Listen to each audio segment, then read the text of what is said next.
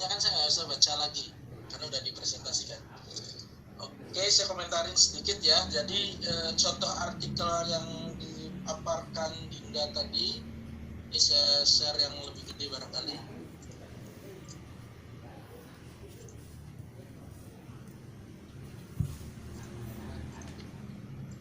Bisa kelihatan nggak? Ada Pak. Ada Pak. Oke. Jadi teman-teman ya, contoh artikel tadi sepertinya lengkap dari susunan-susunan yang kemarin dibahas ya. Dari misalnya Mohon maaf Pak, ini saya ada di bagian Google Meet, bukan di artikel. Oh, belum beralih. Belum pindah. Ya. Coba seluruh layar deh.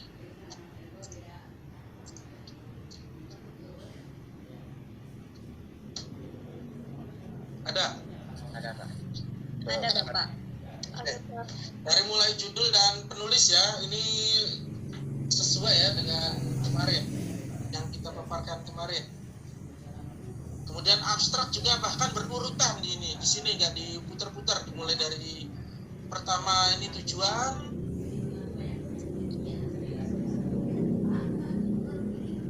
kemudian di sini ada metode. Oh bukan, ini bukan tujuan. Ini latar belakang, sebenarnya latar belakang sedikit ya menyoroti bahwa kajian ini ngomongin tentang ya mirip tujuan sih, sebenarnya mirip tujuan tapi lebih ke latar belakang. Tapi kalau mau disebut tujuan juga nggak masalah karena tujuan yang lebih jelas sebenarnya ada lagi di sini. Nah tujuan yang lebih jelasnya ada lagi di sini. Tujuan secara khusus ya, kalau tadi ada istilah umum khusus tadi. Oke, ini kemudian di sini metode, kemudian ini tujuannya, di sini hasilnya bahwa hasil kajian ini jujur kan di sini hasil, udah berarti jelas hasil. Metode berarti jelas ini menggunakan model studi. Nah ini walaupun nggak ada kalimat metodenya, tapi kita bisa mengidentifikasinya. Terbukti Dinda juga tadi bisa mengidentifikasinya. Kajian diharapkan mampu. Ini kan kalimat-kalimat ini kan sebenarnya tujuan ya, kalimat-kalimat tujuan nih. Oke, kemudian tadi hasil sudah, ini sampai sini terus masih hasil nih. Dan ini tadi disebut rekomendasi ya, nggak masalah. Nah, ada 3 bahasa. Kemudian tadi dari temuan abstrak tadi nggak berurutan sedikit, tapi secara umum unsur-unsurnya terpenuhi. Pendahuluan pun demikian, pendahuluannya modelnya dari umum ke khusus, jadi bukan latar belakangnya, latar belakangnya dari umum ke khusus. Jadi bukan latar belakang umum, latar belakang khusus, tapi sebuah pola, sebuah aliran. Nggak usah dipisah-pisah juga nggak masalah sebenarnya. Tapi maksudnya sama. Ini latar belakangnya menceritakan bahwa teknologi, karena penelitiannya dia tentang pergeseran ya, tapi secara online ya, maka dia ngomongin teknologi juga. Teknologi jelas karena pergeseran ke online itu terkait dengan teknologi. Bahwa teknologi itu pada aspek agamaan, dia kan ngomongin teknologi secara umum. Masuk ke teknologi terkait dengan keagamaan, dunia keagamaan, yaitu digitalisasi Quran ya. Itu ininya. Kemudian masuk ke fenomena digitalisasi Quran itu, gejala itu, fenomena itu, fakta itu di Indonesia.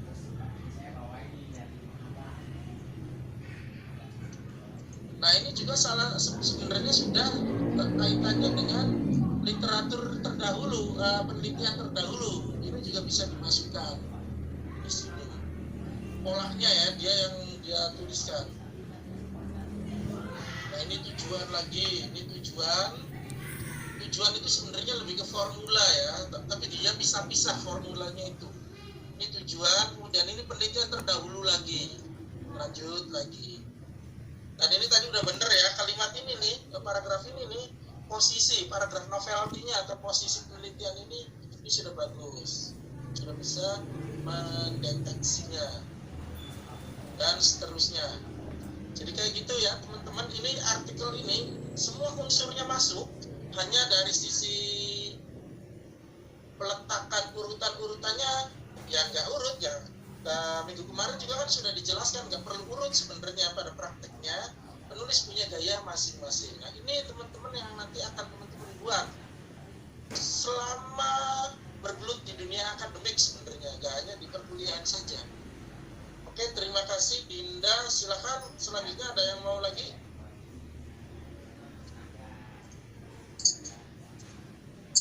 Saya, Pak. Az-Zahra, silakan.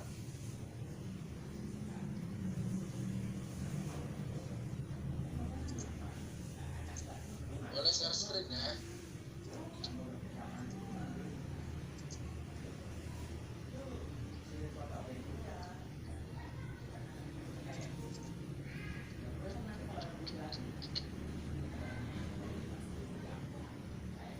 Halo, Az-Zahra ada? Ada, Pak. Oh, lagi nyiapin, silakan. Sudah ada, Bapak? Udah. Mohon maaf. Sudah. Udah. Baik. Bismillahirrahmanirrahim. Di sini nama saya Az-Zahra Salsabila dari kelas IAP 3A dengan NIM 12010030031. Di sini saya akan membedah artikel dari jurnal Al-Bayan, Studi Ilmu Al-Quran dan Tafsir, volume 6, nomor 11456 yang dikeluarkan pada tahun 2021. Judul artikel ini yaitu bagian ini, Autentifikasi Al-Quran melalui kritik teks, kajian atas Egles Al-Quran, Timeless Text, A Visual Study of Surah, 17 across 14 centuries and 19 manuscript. Itu bagian judul artikel. Yang kedua, di sini terdapat dua penulis di artikel ini, yaitu ini yang pertama, Akudi Rafiq Asnawi, itu penulis pertama atau pengarang artikel pertama. Yang kedua, Ahmad Tokif bin Ismail, itu penulis artikel kedua. Lalu di bawahnya di sini ada yang dinamakan dengan afiliasi, yaitu afiliasi di sini Universitas Darussalam atau Unida Gontor. Alamatnya sudah tertera dan emailnya juga ini akdi.asnawi@unida.gontor.ac.id. Yang kedua, University Teknologi Maro. Ini alamatnya sudah tertera juga, emailnya tokif@uitm.edu.my. Di situ. Lalu di sini abstraknya menggunakan dua bahasa. Ini bahasa Inggris, ini bahasa Indonesia. Sekarang di bagian abstrak. Di bagian abstrak yang pertama dari sini sampai ke muncul. Bentar, Pak. Silakan. Pokoknya dari abstrak yang pertama itu kan, sejak lama kajian teks terus dilakukan seolah ia tidak pernah lekang oleh waktu, terutama terhadap validitas teks Al-Quran. Di era permulaan Islam, para sarjana sudah menggunakan metode kritik teks dalam mengkaji manuskrip Al-Quran, namun penerapannya seringkali menuai kritik karena berasal dari studi teks Bible. Padahal, prinsip-prinsip kritik teks ini telah dipakai oleh para sahabat Nabi meski istilah tekstual criticism atau kritik teks belum muncul. Nah, jadi dari sejak lama ini sampai belum muncul dikatakan sebagai latar belakang di bagian abstrak. Ini latar belakang. Lalu selanjutnya, artikel ini berusaha melacak sejauh mana penerapan kritik teks Al-Zani yang meneliti 18 manuskrip Al-Quran tertuang dalam karyanya Egles Quran Timeless Text, A Visual Study of Surah, 17 across 14 centuries and 19 manuscripts. Nah, itu dari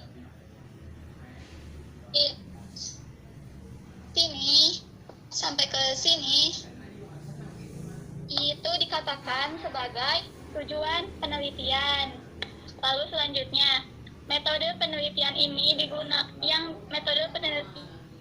yang digunakan adalah metode deskriptif dengan cara menganalisis karya Al-Jami tersebut. Nah, jadi ini sampai ke sini disebut sebagai metode penelitian. Jadi menggunakan metode deskriptif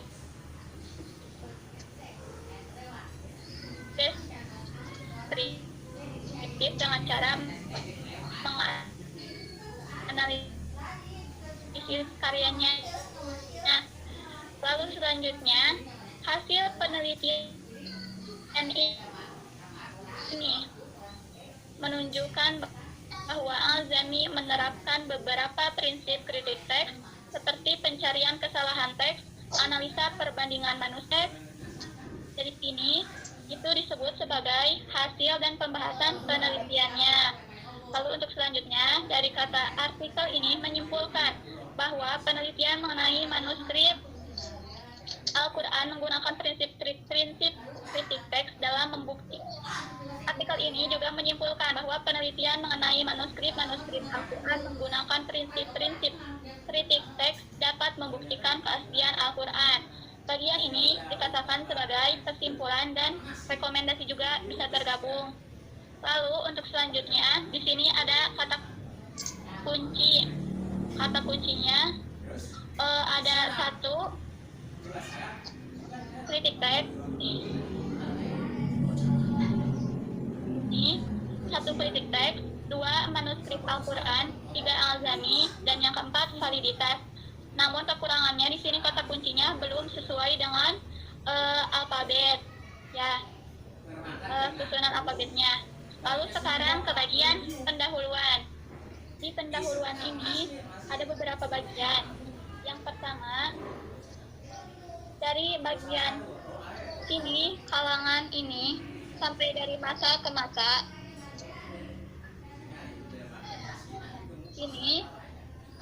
Ini dinamakan sebagai latar belakang. Kenapa? Karena ini menjelaskan tentang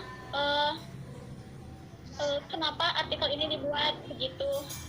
Yaitu, saya bacakan, kalangan outsider masih bertanya-tanya mengenai keaslian Al-Quran. Bahkan, sebagian dari mereka menganggap Al-Quran sebagai produk manusia. Ia bukanlah wahyu. Mustaqim 2020 halaman 49. Sementara itu, usaha untuk mencari bukti keaslian Al-Quran terus dilakukan melalui studi manuskrip Al-Quran yang berasal dari era kemunculan Islam atau era sebelum pembukuannya oleh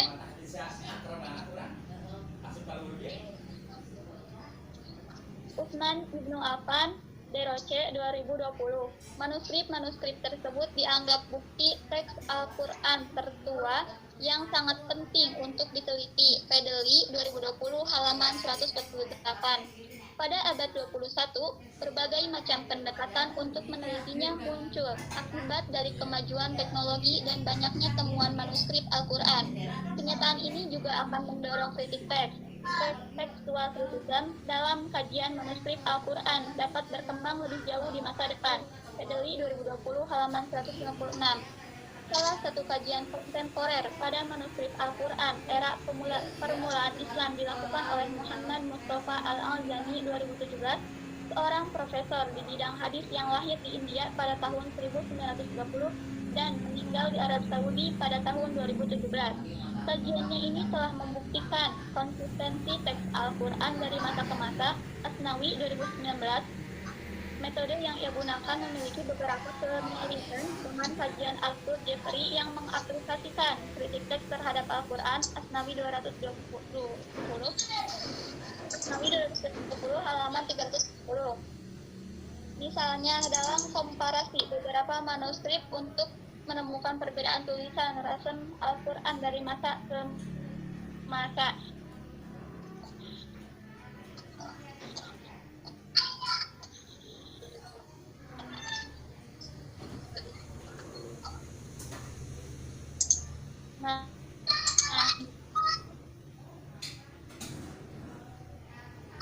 tadi ada tipe ya, ini pembacaannya dari metode yang ia gunakan memiliki beberapa penyebutan kajian Arthur Jeffrey yang mengaplikasikan kritik teks terhadap Al-Quran Asnawi 2020. Tadi saya menyebutkan 220, mohon maaf. Ya begitu, dari kalangan sampai masa ke masa itu dinamakan sebagai latar belakang. Lalu di sini ada penerapan sampai ke sini. Nah, bagian ini dinamakan sebagai posisi penelitian. Saya bacakan. Penerapan kritik teks terhadap Al-Quran telah menuai penolakan karena menghasilkan keraguan atau skeptisisme terhadap ajaran Islam. Ghazali, Asy-Syaukani, dan Al-Dufar. Abadillah 2009 halaman 33 sampai 34. Pendekatan ini juga ditolak karena ia muncul dari problematika studi Bible yang tidak sesuai di halaman 35 sampai 47. Walaupun demikian, Al-Zami 2017 halaman 8 mengakui bahwa metode kritik teks hampir sama dengan metode pada sarjana muslim di abad-abad permulaan dalam menentukan keaslian dokumen. Bahkan Mustaqim 2020 halaman 48 berpendapat bahwa kritik teks telah diimplementasikan oleh para sahabat saat proses kodifikasi Al-Quran yang dimulai pada era Abu Bakar dan berakhir pada era Utsman bin Affan. Nah, itu bagian dari posisi penelitian. Oke, sekarang kita ini tuh dalam bentuk pertanyaan. Selanjutnya itu dalam bentuk pertanyaan. Lalu ini ada bagian di untuk menyelesaikan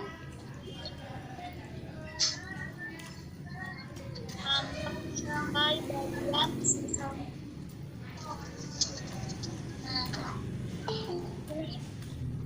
Yang saya blok ini adalah bagian metode penelitian yang digunakannya.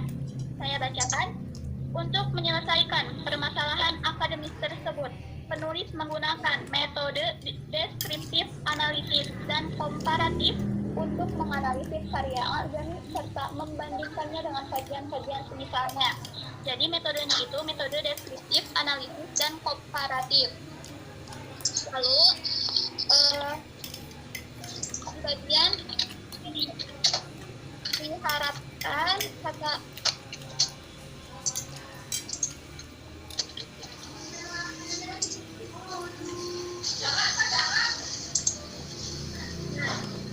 di sini dari kata diharapkan keaslian Al-Quran itu menunjukkan formula penelitian, yaitu berisikan harapan penulisnya.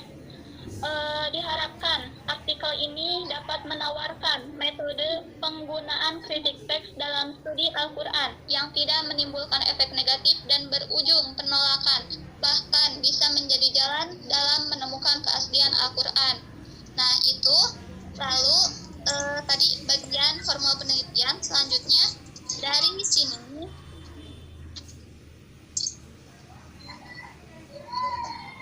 sampai ke sini.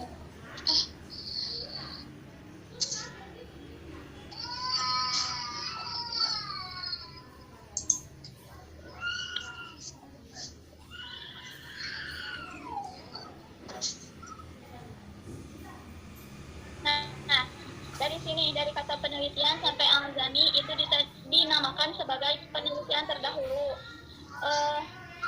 Saya bacakan. Penelitian terdahulu mengenai kajian Al-Ghazali terhadap manuskrip Al-Quran dilakukan oleh Asnawi 2019 yang hanya mendeskripsikan metodologi yang dipakai oleh Al-Ghazali tanpa memaparkan penerapan kritik teks di dalamnya. Sedangkan penggunaan kritik teks dalam studi manuskrip Al-Quran telah dijelaskan oleh Asnawi 2020, Moss 2011, Armas dan Hidayat 2006, dan Belani 2006. Namun mereka belum membahas penerapannya dalam kajian Al-Ghazali. Nah, ini dinamakan sebagai penelitian terdahulu. Dalam artikel ini, susunan sistematika di bagian pendahuluannya itu tidak berurutan. Begitu, Pak. Mohon maaf atas segala kekurangannya. Terima kasih. Tadi Bagaimana, Pak? ada bagian posisi penelitian tadi yang mana? posisi penelitian. Yang ini penerapan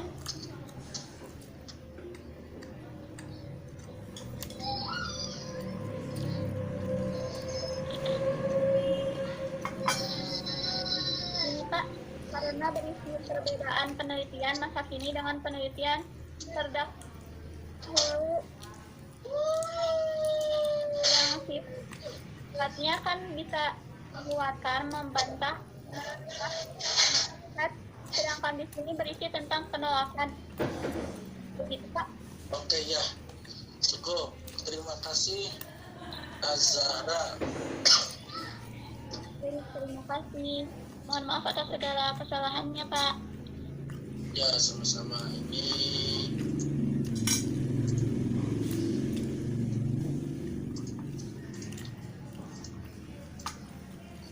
kelihatan ya, ini yang tadi dipaparkan Azhara, kelihatan?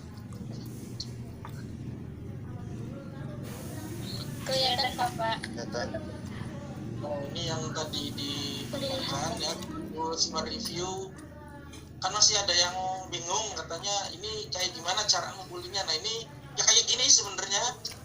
Nah ini Azhara ini kalau berhenti kuliah udah dapat nilai D tuh gitu aja kan, karena udah sampai sini perjalanannya. Kalau naik terus ya nilai A ya udah dipegang sendiri, itu ngasih nilai sendiri sebenarnya Azhara ini, dan teman-teman yang lainnya itu bisa ngasih nilai sendiri. Ini resumenya pertemuan kemarin. Setiap pertemuan pasti ada resume, pasti ada review ya. Ini untuk memastikan bahwa teman-teman ini menangkap yang dijelaskan dari ini. Apapun yang ditangkap, walaupun yang ditangkapnya ternyata nggak dijelasin, ya berarti itu kenyataannya kan. Nah dari situ tugas tambahannya di sini adalah bedah anatomi susunan dari artikel-artikel ini. Enak ya ngelihatnya karena di warna-warna, yang tadi juga enak sebenarnya. Ini udah teman-teman udah mulai menemukan gayanya masing-masing dalam mengerjakan tugas, maksudnya kayak gitu. Gak mesti harus di warna-warna kayak gini, tapi kalau yang gayanya ini kan beda, berarti kan dalam mendeteksinya. Oke, yang tadi dijelaskan itu sudah bagus, sudah betul. Artinya teman-teman sudah bisa melihat ya, sudah bisa membaca bagian-bagian dari pendahuluan. Jadi pendahuluan itu ternyata nggak lurus-lurus saja. Tapi kalau kita lihat sebenarnya ada bagian-bagian khusus. Nah, ketika teman-teman ini bisa mendeteksi bahwa ini bagian latar belakang, di latar belakangnya hanya 2 paragraf kan cukup, berbeda misalnya dengan yang tadi tahfiz online yang dia paparkan, itu latar belakangnya kayaknya 3 atau 4 paragraf, banyak lagi kan. Dan bagian-bagian yang lainnya ini cukup simpel, di Al-Bayan ini cukup simpel. Harapannya tugas-tugas teman-teman ya sudah mulai dipaparkan seperti ini. Kalau bingung kalimat utama kalimat pertamanya, ikutin aja yang tadi teman-teman baca.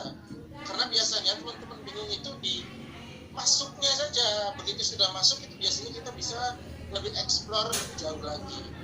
Oke, cukup ya untuk presentasi, barangkali 2 dulu saja. Yang lainnya akan saya baca satu-satu dan dikasih nilai.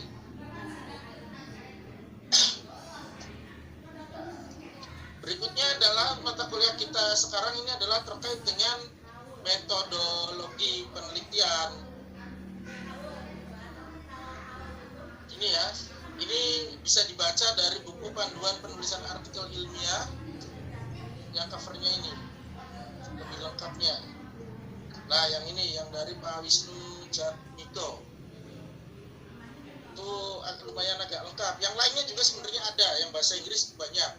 Tapi saya akan menjelaskan terkait metodologi penelitian ini dari buku ini saja sebagai pembanding. Jadi metodologi penelitian itu sebenarnya adalah terkait dengan langkah-langkah penelitian terkait dengan cara-cara kita melaksanakan penelitian, tadi pembacaan artikel tadi, peneliti artikel tadi. Misalnya yang ini kan metodenya tadi ada di dalam sini ya, ada di dalam pendahuluan. Gak masalah, secara letak bisa dibuat bab sendiri, tergantung keinginan jurnal. Kalau dari sisi ini ya, bisa dibuat bab tersendiri, bisa juga dimasukkan ke dalam bagian dari pendahuluan. Ini tadi mana? Untuk menyelesaikan permasalahan tersebut, penulis menggunakan metode deskriptif, analisis, dan komparatif untuk menganalisis karya Azami serta membandingkannya dengan kajian-kajian semisalnya. Dia sebenarnya metodenya kalau mau disebutkan itu kualitatif. Kualitatifnya itu dengan cara menggambarkan, yaitu mendeskripsikan. Dan analisis. Udah pasti ya, deskriptif analisis ini biasanya ini pasti untuk studi teks. Kajian penelitian library research, ya kan? Nah, terbukti bahwa ini adalah karya-karya Azami, berarti di teks ini. Ini banyak dilakukan oleh studi di ilmu Al-Quran nantinya. Tadi yang suhuf tadi, kita lihat metodenya mana tadi suhuf. Nah,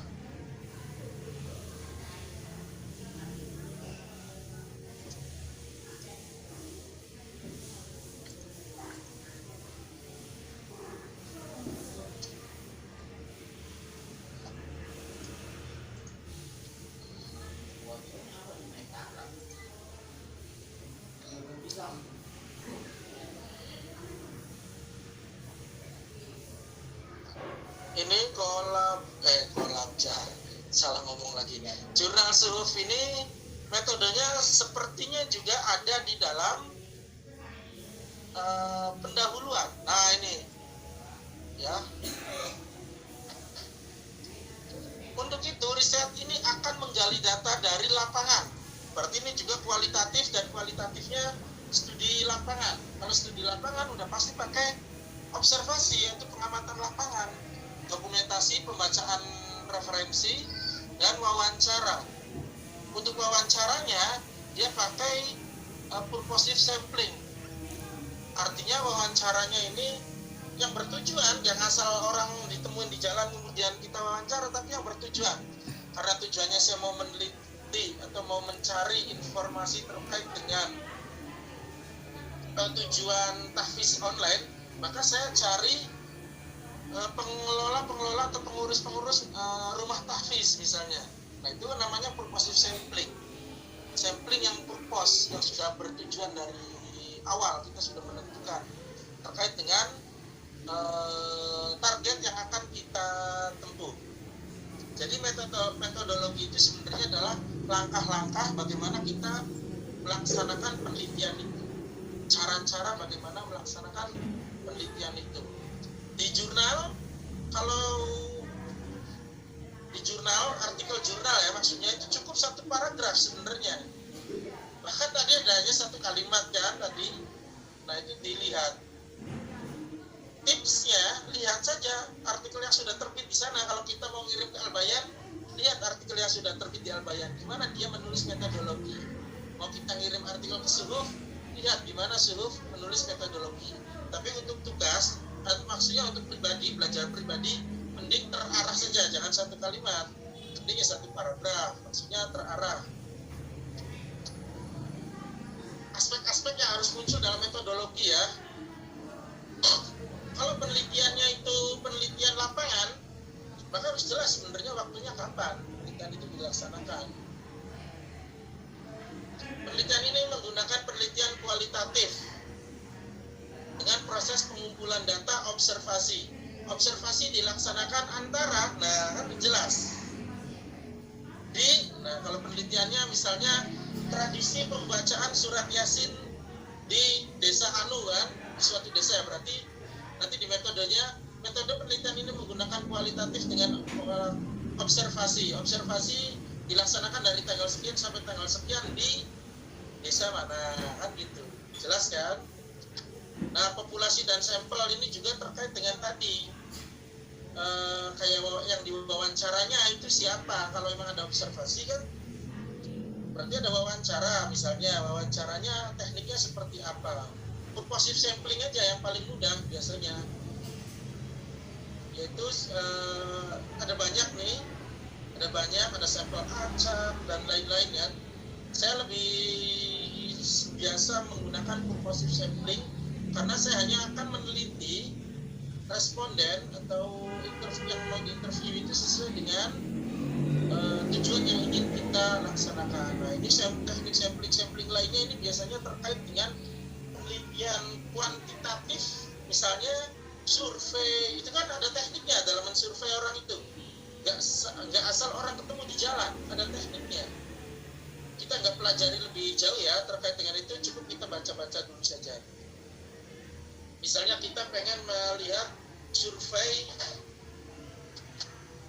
kepuasan pengguna, ya, kepuasan masyarakat terkait dengan Quran mana gitu, produksi Kemenak misalnya. Itu kan berarti kita harus cari samplingnya, ditentukan dulu masyarakat pesantren misalnya, masyarakat biasa, masyarakat majelis taklim dan lain-lain. Ada teknik-tekniknya.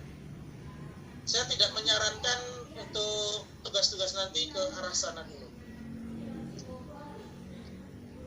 Nah, tadi saya kan sering menyebut ya ada metode kuantitatif, kualitatif. Nah, ini ya, metode kualitatif. Ini saya rasa di Usuluddin banyak yang menggunakan kualitatif, yaitu metode yang menjelaskan penelitian terkait dengan fenomena-fenomena sosial, fenomena-fenomena masyarakat. Kecenderungan sosial ini bagaimana masyarakat itu berperilaku, seharusnya bagaimana, kenyataannya bagaimana. Nah, ini banyak menggunakan kualitatif ini. Penelitian kualitatif akan menjawab pertanyaan mengapa masyarakat melakukan perilaku seperti itu. Nah, kalau penelitian teman-teman ini untuk meneliti kenapa mereka kayak gitu, ya berarti cocok nih kualitatif. Untuk menjawab pertanyaan misalnya bagaimana masyarakat sampai melaksanakan proses itu, ya berarti kualitatif itu juga kepake. Dan masih banyak lagi ya karakter-karakternya. Jadi penelitian kualitatif ini cenderung fokus mengenai bagaimana masyarakat atau suatu kelompok mempunyai cara pandang terhadap suatu fenomena. Jelas nih, informasi-informasinya kalau dari sini ini berupa wawancara ya, data-data deskriptif, data-data penjelasan-penjelasan, bukan data-data angka-angka. Bisa dibaca lebih lanjut di sini. Selain itu bisa juga kita menggunakan kuantitatif. Ya, kuantitatif itu ya penghitungan jumlah-jumlah, maka biasanya dalam bentuk numerik, angka-angka, dan manipulasi dari observasi. Bisa juga dari observasi, tapi yang observasinya itu terkait dengan informasi berupa angka-angka tadi. Biasanya ini lebih banyak digunakan dalam bidang-bidang ilmu psikologi, ilmu alam. Nah, ini penelitian laboratorium itu biasanya menggunakan kuantitatif seperti ini. Misalnya, berapa banyak mahasiswa yang mata kuliah penulisan ilmiah ini dapat nilai A pada semester 3 ini. Nah, itu kan tekniknya pasti menghitung tuh. Dari 40 mahasiswa yang dapat nilai A 80, berarti berapa persen? Nanti di situ baru ada penjelasannya. Kenapa hanya 80? Kenapa nggak dari 40 jadi 80? Nggak maksudnya. 30 dari 40 lah. Kenapa seperti itu? Nah, itu nanti kenapanya itu bisa melakukan proses lebih lanjut daripada sekedar survei-survei. Bisa wawancara, bisa observasi. Berapa rata-rata kehadiran di sini perkuliahan ini, dan lain-lain seterusnya. Secara lebih jelas bisa dibaca di buku-buku referensi yang sudah saya berikan. Selanjutnya dalam penulisan realnya Ya tadi ada yang dibuat terpisah, misalnya yang JPIU ini terpisah ini. Jangan JPIU, ini ada jurnal baru sebenarnya, jurnal riset agama. Saya dan Pak Dekan kita membuat jurnal baru lagi, namanya JRA, jurnal riset agama. Ini juga untuk teman-teman juga.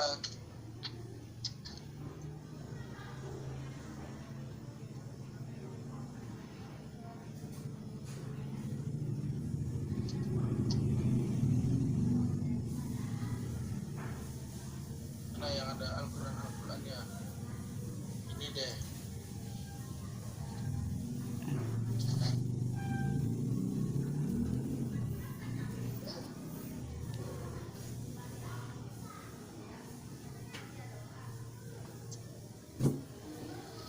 Nah ini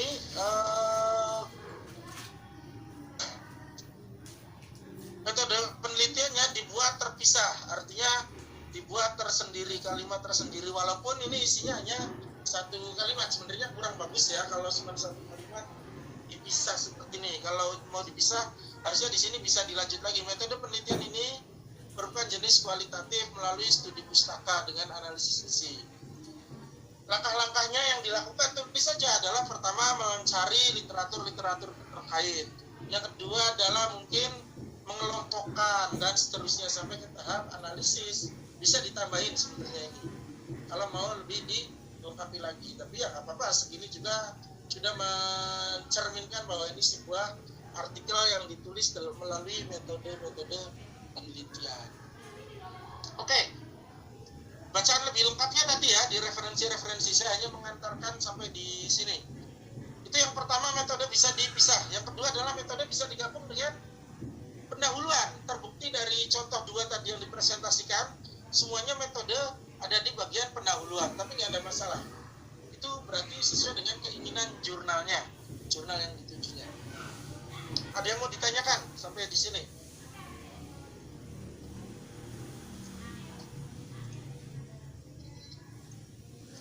Halo, ada yang mau nanya?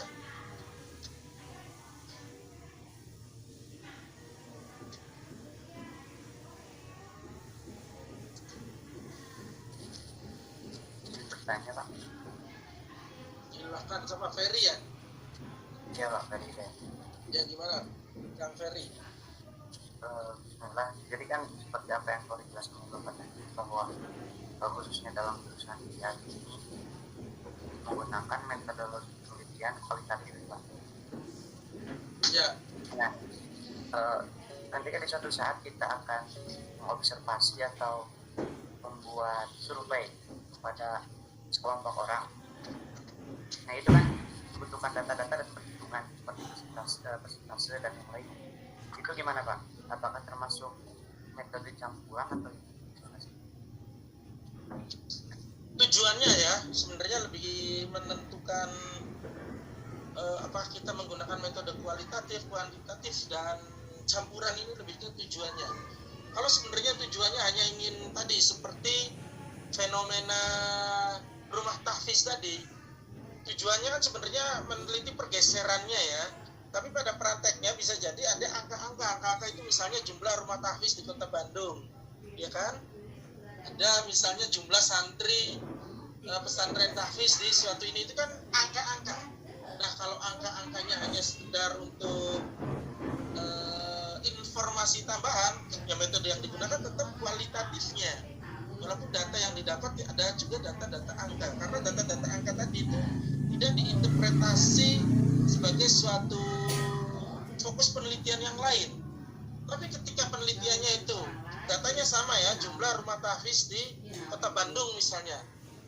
Nah, tapi kalau yang mau ditelitinya misalnya fokus ke jumlah ini, kemudian ke perkembangan rumah tahfiz di Kota Bandung dari sisi perkembangan, dan yang diangkat adalah angka-angka tadi, maka metode yang digunakan adalah kuantitatifnya berarti namanya. Jadi lebih ke tujuannya tadi. Tapi sekarang trennya mulai ke campuran. Data utamanya kuantitatif, misalnya kuantitatif itu tadi tingkat kepuasan misalnya, itu kan kuantitatif ya, survei. Tapi data survei itu bisa ditambahkan dengan deskripsi lagi untuk tafsirnya gitu gampangnya, ditafsirkan kembali melalui tambahan metode yaitu kualitatif. Karena angka tadi kadang-kadang sekedar angka ya, kita nggak bisa lebih jauh. Kenapa orang itu nggak puas? Itu nggak bisa dilihat secara lebih jauh. Nah, lebih jauhnya itu bisa hanya bisa dilakukan melalui wawancara. Ya, berarti itu ditambah berarti metodenya kuantitatif plus kualitatif. Kualitatifnya hanya untuk pendukung data kuantitatif tadi. Nah, itu berarti metode campuran. Kalau yang sudah kayak gitu. Jadi dilihat dari tujuan tadi, kuantitatif dan kualitatif itu. Itu sih Kang Ferry. Baiklah, terima kasih. Ya, sama-sama. Bahkan kita di awal kadang kita bingung ini kualitatif atau kuantitatif. Bisa jadi ya, bingung. Karena kita belum ada tujuan yang jelas awalnya. Ya ke lapangan, nyari data gitu misalnya. Bisa jadi seperti itu.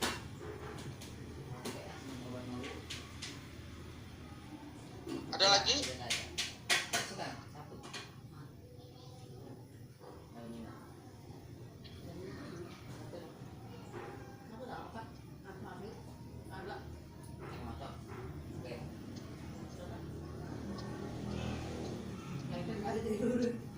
Cukup?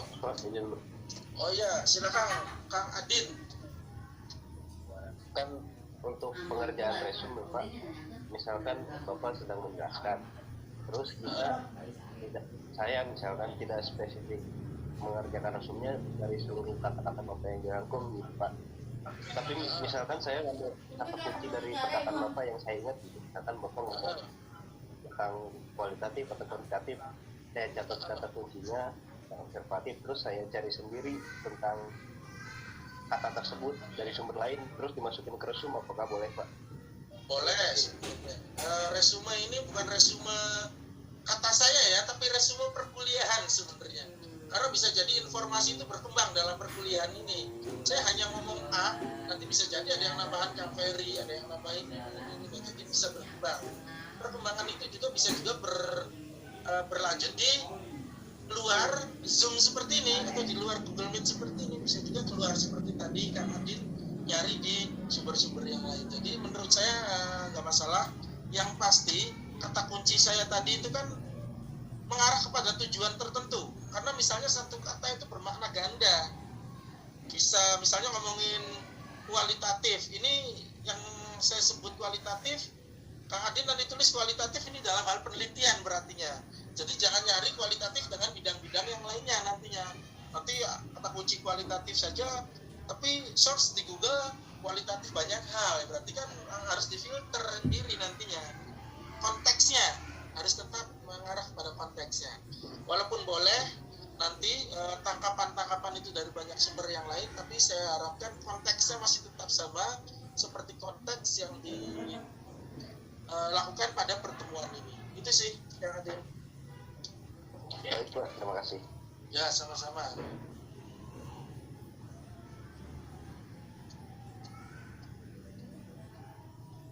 Ada lagi? Atau cukup? Pak, izin bertanya. Oke, silakan kenangan. Ya Pak. Mohon maaf Pak sebelumnya. Pak kan di artikel yang saya bedah ini judulnya Tafsir Virtual Karakteristik Penafsiran dalam Konteks Dakwah Akhir Zaman di YouTube. Nah, di sini dikatakan kalau penelitian ini menggunakan jenis metode kualitatif berbasis analisis konten, sehingga data yang diuraikan bersifat analisis kritis. Nah, Pak, bagaimana cara kita biar bisa mengetahui, bisa menyatakan kalau penelitian saya ini basisnya ini, terus sifatnya ini. Soalnya kan ini juga di sini berbasis analisis konten ya. Kayak saya baru dengar gitu di artikel tulisannya analisis konten gitu, Pak. Bagaimana Pak cara kita bisa katakan ya seperti itu? Terima kasih. Ya, sama-sama. Pertama nanti artikelnya ganti ya, jangan yang itu kan kemarin yang contoh yang itu. Oh iya Pak ya. Ya, untuk menentukan metode tadi sama dengan pertanyaan sebelumnya, yaitu tadi tujuannya sebenarnya. Untuk menjawab tujuan itu kita lakukan dengan metode kan sebenarnya. Nah, maka tadi karena penelitiannya terkait dengan konten dakwah di YouTube, medsos ya YouTube, terkait dengan tema dakwah akhir zaman, maka udah jelas tuh kita udah bisa menggambarkan untuk bisa menjawab pertanyaan terkait dengan tadi itu berarti kita harus nonton kan YouTube-nya kan. Berarti nonton kan berarti kita menganalisis isi atau konten. Sama seperti tadi yang Azam tadi, karya-karya Azam tadi yang kritik teks. Berarti kita harus membaca karya Azam kan. Ya, berarti itu kualitatif pertama karena informasinya bukan angka-angka. Kedua tekniknya adalah membaca juga, berarti analisis teks juga, analisis isi juga, analisis konten juga. Maka mayoritas di sini nanti di ilmu Al-Quran itu pasti. Nah, untuk lebih jauh lagi selain analisis konten, apa aja sih adanya, observasi dan lain-lain, maka dibaca tadi di buku ya, ada banyak teknik-teknik yang lainnya. Itu metode pengumpulan datanya macam-macam tadi, ada wawancara, ada observasi, ada cara nyari sampel aja, ada banyak tekniknya. Nah, ini tergantung tujuannya sebenarnya. Karena tujuannya kita populasinya banyak banget ya, populasi kita pengen mencari misalnya tadi kepuasan kan berarti populasinya banyak, kepuasan kelas ini ya terhadap mata kuliah ini kita anggap populasinya banyak, berarti kan nggak bisa kita purposive sampling ya, bisa dengan misalnya snowball, bola salju ya, bola salju itu kayak gini, kita acak dulu satu. Setelah acak katanya ini lebih ada lagi orang itu lebih tahu lagi, terus saja itu gelinding terus itu. Nah itu ada kayak gitu, tergantung jenis informasi atau jenis tujuan yang ingin kita dapatkan. Sama juga dengan teknik analisis tadi ya, karena analisisnya tadi YouTube ya berarti objeknya YouTube misalnya video-video, film-film atau buku-buku, berarti biasanya analisis wacana analisis teks misalnya, atau analisis konten, analisis isi biasanya. Nah, proses pembedahan artikel ini diharapkan nanti akan lebih muncul metode-metode yang lain. Dari 70-an mahasiswa di sini ada yang metodenya aneh nggak? Coba.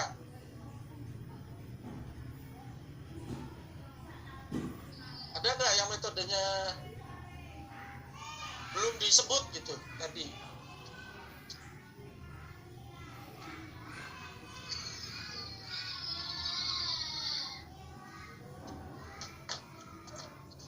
Oke, berarti nggak ada ya, mayoritas sama. Tugasnya untuk pertemuan berikutnya seperti biasa ngisi matriks, ngisi resumenya berarti metodologi. Silahkan gali dari beberapa informasi tadi. Tugas tambahannya adalah bedah dilanjutkan dengan tambahan metodologi saja. Bahkan tadi sudah selesai artinya ya. Aslinya sudah selesai karena metodologi ada di pendahuluan, banyak yang sudah terjadi, berarti aslinya sudah selesai. Maka saya ubah formatnya saja. Kalau yang tugas kemarin adalah formatnya dalam bentuk coret-coretan, sekarang formatnya adalah video. Jadi tugasnya adalah membedah judul, penulis, afiliasi, abstrak, pendahuluan, plus metodologi, tapi dalam bentuk video. Kan udah bagus ini, misalnya yang tadi udah dicoret-coret itu yang terakhir tadi itu kan tinggal dijelasin dalam bentuk video kan, diulang penjelasannya. Ini sekaligus juga untuk memberi kesempatan yang belum presentasi, maksudnya itu saya bisa dengar kan tanpa baca, oh kasih nilai. Nilainya sama, jadi nilainya 2 tuh akhirnya, kerjain tugasnya 1 karena medianya berbeda. Karena ini video, maka tugas di ininya cukup URL-nya saja ya. Nah, di sininya URL-nya saja di tugas tambahannya. Di sininya URL. Untuk URL ya tetap ini harus dijelasin dulu artikelnya apa, tugasnya apa judulnya apa, terbit di mana dan seterusnya itu dijelaskan. Yang kedua baru URL-nya. Di bawahnya keterangan URL-nya biar saya gampang mencarinya. Kalau itu YouTube channelnya aja apa, kalau itu Facebook, akun Facebooknya apa, biar saya bisa nyari. Kalau URL di sini kan nggak bisa saya copy, kadang ngetiknya capek, panjang banget URL itu. Tapi URL tetap ditambah tadi. Oke, bisa dipahami? Bisa nggak? Bisa Pak. Kalau untuk artikelnya yang Tetap. udah Boleh tetap. Boleh tetap. ya, Mau ganti boleh, yang mau ganti boleh, mau tetap nggak apa-apa. Intinya bisa mendeteksi aja bagian-bagian itu. Misalnya artikelnya ini ruwet, ini nggak ada bagiannya sudah dijelas-jelasin, ya udah ganti. Itu artikelnya ruwet, ini nggak ada, ya udah dikomentarin aja, ini nggak punya metodologi, ya berarti itu komentarnya kan gitu. Misalnya, tapi saya harus konfirmasi bener nggak ada metodologinya, jangan-jangan hanya karena nggak bisa mendeteksi saja kalimatnya, metodologinya nggak jujur. Kayak tadi kan banyak kalimatnya nggak jujur. Proses pengambilan data tiba-tiba kan itu kan sebenarnya ngomongin metodologi. Kalau kita mau tahu, kitanya hanya kontrol F saja di PDF-nya tulis metode, nggak nemu tuh, dianggap nggak ada. Padahal ada, tapi dengan kata yang lain. Gitu. Langkah-langkah penelitian yang dilakukan adalah A, B, C, D. Nggak ada kata metodologinya, tapi bagian itu sebenarnya adalah metodologi, metode penelitian. Oke, itu ya. Biasa di-upload terakhir hari Ahad, hari Minggu. Nanti dibuatkan linknya. Kalau belum ada link, kalau videonya udah jadi, pokoknya pas saya share link itu gampang kan. Saya buatkan linknya, kalau inause-nya mati lagi. Semoga nggak mati lagi. Enak di inause sebenarnya, saya bisa langsung ngasih nilai soalnya. Dan langsung terbuka. Seperti dua tadi, ini sudah ada nilainya. Bisa dicek ya, Dina dan tadi siapa? ada Pak. Terima Oke. kasih Pak. Ya. Saya cukupkan, kalau nggak ada lagi yang perlu ditanyakan. Terima kasih atas segala perhatiannya. Assalamualaikum warahmatullahi wabarakatuh. Waalaikumsalam warahmatullahi Ya, Pak. Jangan lupa absen di minusnya. wabarakatuh. Ya. Abang, mohon maaf untuk waktunya Ya. dibatasi minimal maksimal untuk waktu videonya. Oh, udahlah nggak usah dibatas-batas lah, pokoknya sekreatif mungkin sekarang mah. Karena panjang nih biasanya kalau nerangin gini kan, takutnya dibatas malah melanggar sendiri, bingung kan, kasihan. Silakan sekreatif mungkin aja. Jadi yang dijelasin Ya. dari awal Pak. Membedah saja, Baik, membedah. Bapak. Dari awal, dari judul sampai metodologi. Baik Bapak. Oh, berarti nanti harus dibikin status ya. Nanti di tag. Namanya nanti di grup aja, di tag biar orang lain pun tahu kita itu ada progres perkuliahan dan orang lain bisa melihatnya, orang lain bisa membacanya juga. Saya di tag biar tahu intinya, biar saya bisa komentar juga. Oke. Ya, Baik. Pak. Siap Pak.